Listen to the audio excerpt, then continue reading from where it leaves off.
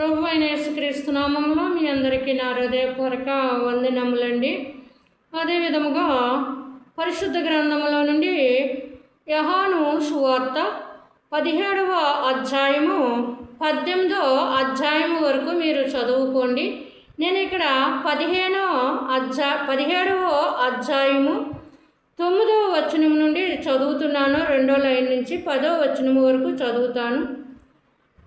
లోకము కొరకు ప్రార్థన చెయ్యటలేదు, నీవు నాకు అనుగ్రహించి ఉన్నవారు నీ వారైనందున వారి కొరకు ప్రార్థన చేయుచున్నాను. కొన్ని మాటలు చెప్పాలండి. మీరు బాగా బైబిల్ చదవండి. అయితే నేను 10 రోజుల నుంచి నేను బైబిల్ చదవట్లేదు. ఎందుకంటే నాకు ఫోన్లో చదువుతానండి. నేను ఫోన్లో నాకు ఈజీగా పెద్ద అక్షరాలు ఉంటాయని చెప్పి నేను చదువుకుంటూ ఉంటాను. అయితే మరి నేను ప్రస్తుతానికి బైబిల్లో ఉన్నాయి కదండి దానియేలు గారు, ఆ దానియేలు గారి యొక్క గుడారం అనుకోవచ్చు, గూడు అనవచ్చు. ఆ గూడులో నేను ఉన్నాను. ఏదైనా బాధ్యత కలిగి ఉంటారండి ఆయన. అదే విధముగా దేవుని మాటలు నా పట్ల నెరవేర్చుకోవడానికి నాకు మరి దేవుడు కృప చూపుతున్నాడు. ఏదేమైనప్పటికీ కూడా సజీవ లెక్కలో మాకు ఉంచి ఉన్నాడు. కొన్ని సదుపాయములు ఉన్నాయి మాకు, ఇంకా కొన్ని కావాలి. ఆస్తి కాదు కానీ అవసరాలు దేవుడు తీర్చేవాడై ఉన్నాడు. మా కొరకు ప్రార్థన చేయండి అవసరాలు తీర్చేలాగా. అదే విధముగా సరే అని చెప్పి ఈ గుడారంలో నేను బైబిల్ తెరుద్దామని చెప్పి బైబిల్ తెరిచేసరికి నాకు ఈ అధ్యాయం వచ్చిందండి. ఇదే వచ్చింది. నేను ఇప్పుడు ఏదైతే చదివానో అదే నేను చదివాను. మరి నాకు చిన్ననాటి నుంచి కూడా ఒక పట్టుదల లోపల. ఎందుకంటే ఒకసారి నేను ఇది చేయకూడదని ఫిక్స్ అయ్యానంటే అది ఫిక్స్ అయిపోతాను. ఎక్కడ అంటే ఇక్కడ ఫిక్స్ అయిపోతాను. పైకి నేను బాగానే ఉంటాను, ఎందుకంటే వాక్యం నెరవేర్చాలనే ఉద్దేశంతో ఉంటాను. అయితే అది ఏమైనా అనవచ్చు, ఇజ్రాయేలు దేశం అనవచ్చు, లేకపోతే ఏదైనా అనవచ్చు, ఎరుకో అనవచ్చు, లేకపోతే యార్దాను అనవచ్చు, ఇంకా అనేక మాటలు అనడానికి ఇక్కడ అవకాశం ఉంది. అయినప్పటికీ కూడా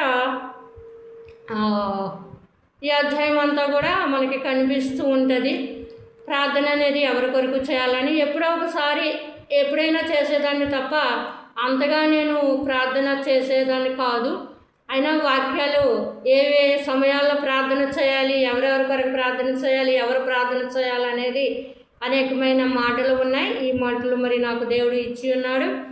అదే విధముగా దేవుని ప్రజల కొరకు కూడా మనం ప్రార్థన చేయాలి. ఎందుకంటే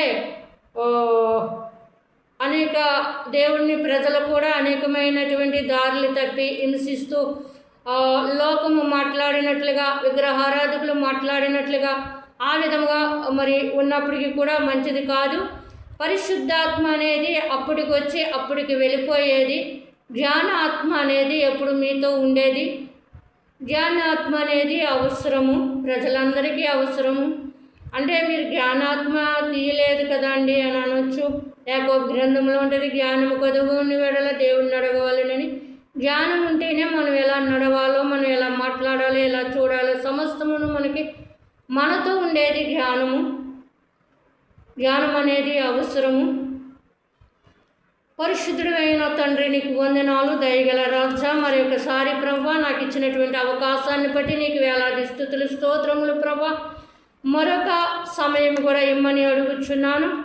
ఈ యొక్క ప్రభా అవును తండ్రి స్తోత్రములు. నేను లోకము కొరకు ప్రార్థన చేయట్లేదు కానీ నేను ప్రార్థన చేసేవారు నీ ప్రజలై ఉన్నారు కాబట్టి ప్రార్థన చేయుచున్నానని మాట్లాడినట్లుగా యేసు ప్రభువు వారు ఒకానొక సమయాల్లో సందర్భాల్లో మాట్లాడుకుంటూ వచ్చిన విధానాన్ని బట్టి ఈ సమయంలో అయితే లోకము కొరకు ప్రార్థన చేయటలేదు, నీవు నాకు అనుగ్రహించి ఉన్నవారు నీ వారైనందున వారి కొరకు ప్రార్థన చేయుచున్నాను అని మాట్లాడేవు ప్రభా.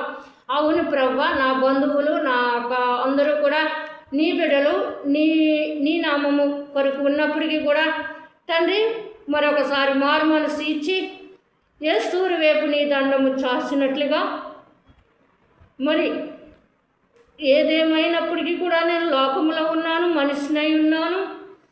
నువ్వు ప్రేమించి నీ యొక్క నామములో నేను ఉండుటకు సహాయమును చేయమని వినుచున్న బిడ్డలందరికీ మీరు తోడయండి, జ్ఞానాత్మను దయచేయమని యేసునామములో అడుగుచున్నాము తండ్రి.